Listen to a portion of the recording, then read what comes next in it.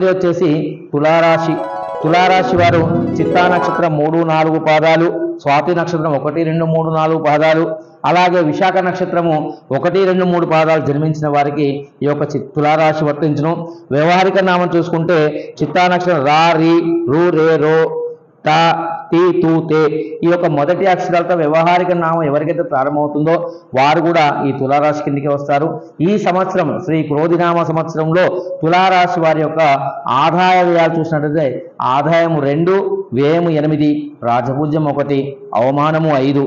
కాబట్టి గురుడు అష్టమంలో ఉన్నాడు, శని శుభస్థానంలో ఉన్నాడు, అలాగే రాహు శుభస్థానము, కేతువు ద్వాదశంలో ఉన్నాడు. కాబట్టి ఈ తులారాశి స్త్రీ పురుషాదులకు దైవిక బలము హెచ్చుగా ఉండును. ధనం, కుటుంబం, సంపత్తు, పుత్రుల కారణమైన గురుడు 8వ ఇంట సంచారం ఏ పనిలోనైనా ఆత్మవిశ్వాసంతో ముందుకు పోగలుగుట. రాహు కేతుల బలం వలన శని 5వ స్థానంలో ఉండడం విషయించి యోగం అనుభవిస్తారు.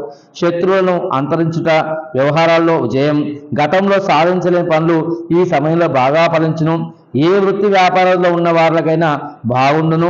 అలాగే వ్యవసాయదారులు చూసినట్టయితే ఈ సంవత్సరం వచ్చేసి 2 పంటలు ఫలించును, పంట దిగుబడి బాగుండును, ఆదాయం బాగుండును, గృహ నిర్మాణం చేపడుదురు, ఇంట్లో శుభకార్యాలు చేపడుదురు, ఉద్యోగులకు కూడా అన్ని రకాల బాగుండును, విద్యార్థులకు కూడా అన్ని రకాలుగా బాగుండును.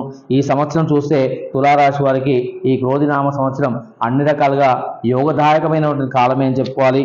మీపై ఈర్ష్య, అసూయ, నరఘోష అధికంగా ఉండడం వల్ల మంగళ, గురు, శనివార నియమాలు పాటించాలి.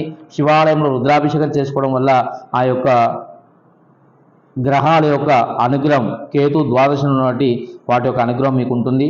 కాబట్టి మీరు ఈ విధంగా ముందుకు పోవడం వల్ల ప్రతి పనిలో కూడా విజయం సాధించవచ్చు. తదుపరి